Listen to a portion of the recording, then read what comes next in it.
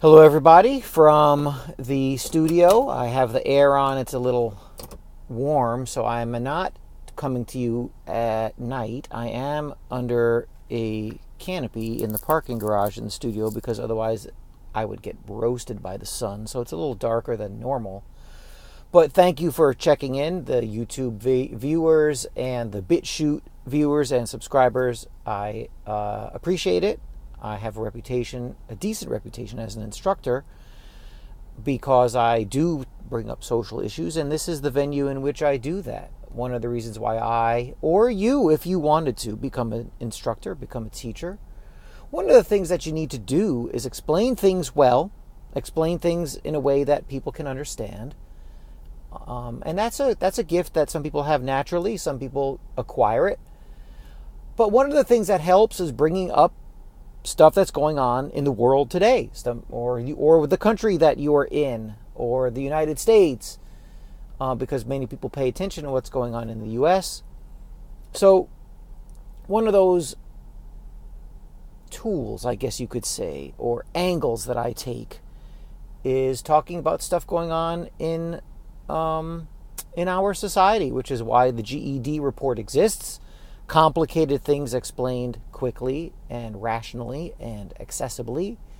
And also, I have a playlist called Not the Standard Teacher Opinion because, let's face it, 90% of your teachers are a term I love called normies. They're tax-paying, tax cattle normies who don't get it. They were offered the red pill, like in that documentary, The Matrix, that was made in the 1990s. I recommend it. And they were offered the red pill, and not only did they not take it, but they got angry at you for offering them the red pill. Like, hey, look, there's stuff going on in the country. I'm going to stick to the United States personally because it's where I live, so I can speak intelligently on it. But these people were offered the red pill. They didn't take it, and they got angry. I'm talking about public school teachers now. They got angry at you for doubting the story that they play a role in. And how dare you do that? You must be one of those conspiracy theorists that CNN keeps telling me about. You're a jerk. So, Not the Standard Teacher Opinion is a playlist for a reason, because we all know that your teachers voted for, and then you could name every Democratic politician at every level since they were eligible to vote. And not that the Republicans are great. Not that there's anything, I have nothing positive to say about the Republican Party, that's for sure.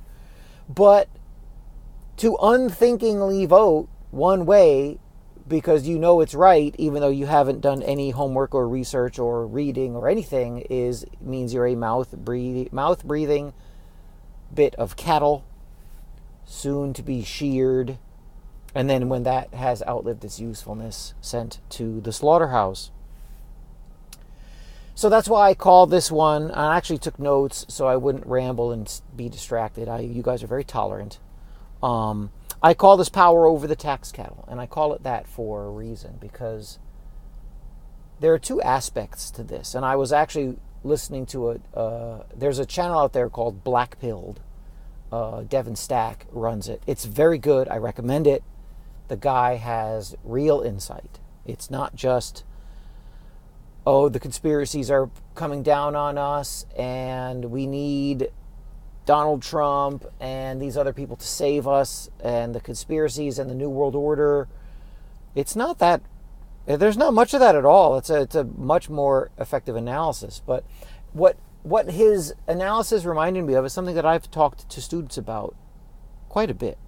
And that is the power of the people at the top of the heap to do many things. And one of them is to get us fighting among ourselves. That's why you see white supremacy now everywhere.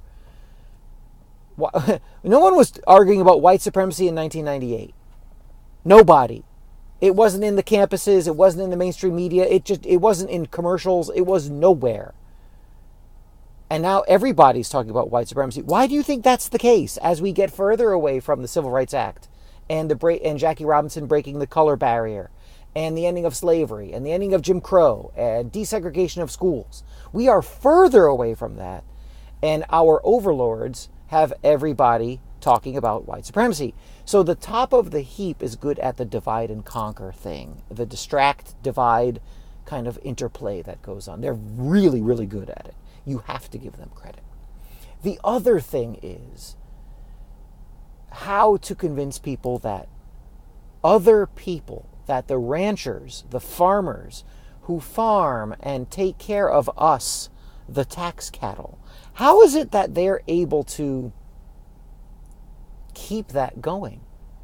And what I mean is that those are just regular people.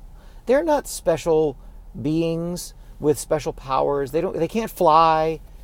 They don't have a Batmobile. They don't have superpowers. They don't have a red and yellow and blue shirt and a red cape. They're not bulletproof. How do they convince millions of people that they not only are better and more powerful, but that they should be in a position of power and control over the rest of us? And they do it in a pretty impressive way. Stack's thesis is a good one, and it's generational wealth. And I recommend listening to his pill stream on it. Yes, that I think is a big part of it. I think that's a key part of it. I think some of it also is understanding human psychology and group behavior. Now, psychology is a lot of pseudoscience, but watching human behavior and analyzing the patterns of human behavior is not pseudoscience. It's smart. And so what you see is an ability to recognize how people react to certain situations and how strong and or weak the human mind can be. And while listening to this video, I was thinking of the scene in Game of Thrones. And you have Varys talking to Tyrion Lannister. And Varys comes up with a riddle for Tyrion, and he says, there are 3 people in a room: a king, a priest, and a sellsword. And sellsword is Game of Thrones jargon for like a samurai, a knight for hire, a freelance knight, someone who will kill for money. And Tyrion is like, well, the king, I guess, right? The king is the most powerful one. Maybe the priest, right? The other one's just a sellsword. He's just a guy with a sword.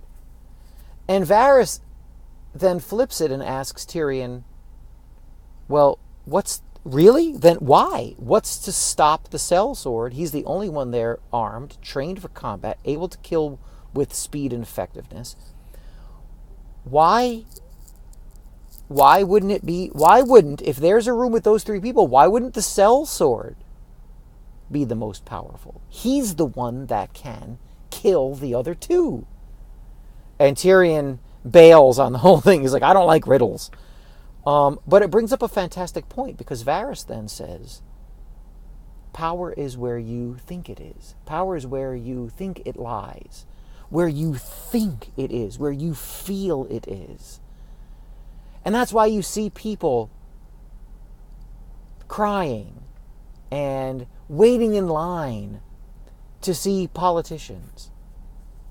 And to some degree, music stars. Now, you can understand if someone is a talented musician, you want to see talent, you want to see skill. I can kind of see that. I'm not wired that way. I'm not going to start crying if if Enrique Iglesias decides to go walk down here in front of me and go to Costco. I'm not going to jump out of the car and shake his hand and start crying. I'll tell my wife that I saw him in the Costco parking lot. But I'm not going to start crying, and I'm not going to run after him and all this kind of stuff. But you can at least see it with the Hollywood people, or the musicians in particular, because they're talented and they put on a show. Fine. They produce entertainment. But you see it with politicians and people in power as well. You see it in Latin America all the time. You see the cult of personality surrounding people like Hugo Chavez or Castro in Cuba, Fidel Castro. And that's because people think they feel, and the lower the IQ, I think the stronger these feelings are, you see these people in love and enamored with people in power. And so that's why they think that's what it is. And the other side, again, I got to give credit where credit is due, the Devon Stack take on it, is those people see us as bacteria. I have a post a week ago, "You are a cockroach." And that plays into this. The people in power are willing to use violence against you, and they are willing to use violence in general to maintain their position of power. They'll do that. To them, we are sand fleas. We're things to be moved around and removed and used to whatever end. And if it means sending people to Iran because they're quote unquote building a nuclear program, that's the story we've been hearing for the last 25 years. And your job is to join the service, go overseas and get your legs blown off or killed. Hey, we had to do that. We had to go and do that. We have to use violence. And if you'll notice, government is the only one that's allowed to use violence. You're not allowed to use violence. You're not even allowed to. They're trying to set it up so that you're not even allowed to use violence to protect yourself. Look at all the anti-gun stuff out there. The vast majority, 99+% of Americans want to have weapons so that they can protect themselves, to play defense, not to play offense. And you see the top of the pyramid getting themselves and their minions lined up to put in red flag laws and gun control laws. You can't use violence even to defend yourself. Yet they can use violence on you basically for whatever reason they see fit. And people are okay with this. That's the part that you should start to recognize. Swaths of humanity. And again, I'm going to stick to America because I know America well. I know its people and I know its history. Swaths of America, so-called independent thinking, wave the flag, mom's apple pie American, blue-blooded Americans red-blooded Americans able to see and be just snookered to go for this, this ability, this do as you're told type stuff. They're willing to use violence. And Stack brought up, to give him his credit, the scene in Gangs of New York, which I forgot about. The Daniel Day-Lewis character asked about how he is able to maintain power, and he freely admits, I perform extreme acts of violence periodically to let people know that that's what I'm willing to do. And that really is indicative of people in power. The American government is no exception. Mao in China said power comes out of the end of the barrel of a gun. And you have college professors who love communism, who bow down and worship at the feet of people like Mao. Che Guevara and Fidel Castro were cold-blooded stone killers. And people walk around with Che Guevara shirts. Now, they're brain-dead automatons who don't know their history. They're doing it because they're cool. They're doing it because that's so edgy. And he was a rebel. You know, that's why they do it. But you don't think the power elite are laughing at these people? Of course they are. Right? Some blue-haired social justice warrior with a nose ring is walking around with a Che Guevara shirt. And someone up at the top is like laughing like crazy because that person is fodder. That person is tax cattle to be sacrificed if necessary. So go promote our guy if you want, right? Guevara was useful until he wasn't, and then they took him out. Right? With violence. People with guns. So those two scenes are really key. Very quickly, this Jeffrey Epstein stuff shows you the contempt. I mentioned it in the "You Are a Cockroach" video. It really shows the contempt that they have for you, because people were like, oh yeah, right, this guy's going to get sworn in a courtroom and talk about the dark and dirty, dastardly deeds of the elite. No way, he's not going to make it. And sure enough, that's exactly what happened. And they don't care. They don't care. Coincidentally, of course, the powers that be dictated to us that conspiracy theorists and theories are dangerous. Then all of a sudden you have a conspiracy theory that Epstein was removed, taken out, whatever you want to call it.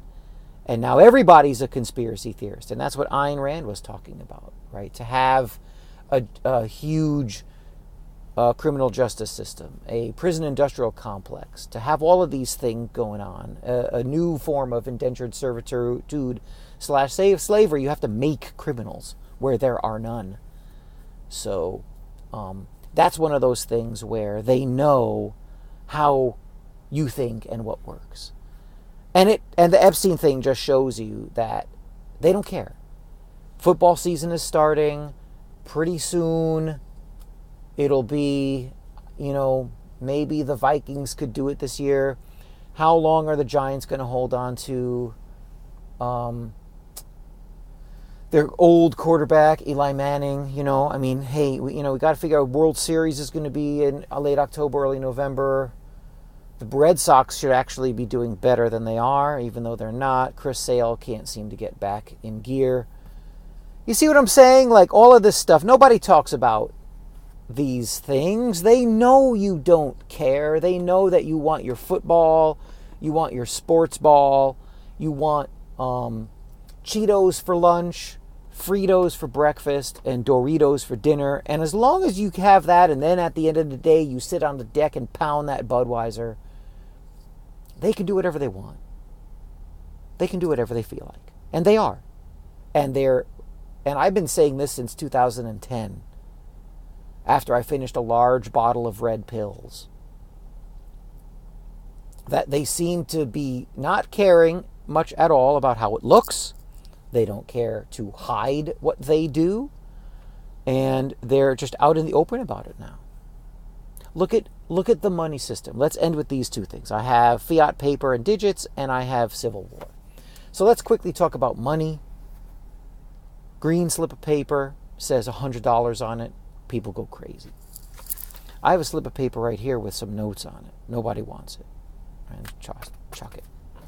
What's the difference between those two pieces of paper? One of those pieces of paper is a Federal Reserve note, an institution that controls half at least of every transaction that you make, and controls your government. And because that piece of paper says Federal Reserve note and has some fancy images on it, you see it as money. You see it as a store of value. It is nothing of the sort. It's just a slip of paper. You can't turn it in for gold. You can't turn it in for silver. You can buy things with it. It's pretty cool. But that piece of paper has money because you've been taught that it has money. Digits. Plastic card with a magnetic stripe and a chip in it that represents those green slips of paper. And it has value. Why? Because you're told it has value. So you believe it. Now that can't last, and it won't. I don't know when that scam runs out. I'm not sure. But it just... Eventually, people are going to be like, "Hey, well, wait a minute. This piece of paper means something, and this one doesn't. I don't see it. I don't get it. How is that possible?" And they've done a great job. Another example of they know how you think. If you were to say to somebody, and I've done this a lot, might be a good idea to buy precious metals. It might be a good idea to look at property outside of the city. Might be a good idea. I'm not a Bitcoin blockchain person, but can't hurt to check it out, especially if it's outside of the Federal Reserve system. All sound good. The normies, the same ones who screamed at you when you offered them red pills after watching the Matrix documentary, they scream at you about that. I've done it. I've been told to my face that that's just kind of a silly idea and stupid, and no, I'm not going to. The polite people will be like, no interest. And the mouth-breathing normies yell. They get angry. As cattle gets angry when you poke it. You poke the cattle. they get upset. So, to end this, when these scams run out, when enough people wake up, and I don't even like saying that, because I thought people would wake up after the financial implosion in '08, and nothing of the sort happened. The generational wealth people, the people that Black-pilled mentioned quite effectively, they got bailed out, they got taken care of, and it landed all gracefully, and then we had Barack Obama in the White House in January '09. And everything was fine. In October, late October '08 and before, people were livid about the bailouts. Then Barack Obama won the election. W. Bush term runs out, and people are crying and happy, and America is wonderful, and tolerance and diversity and all this kind of stuff.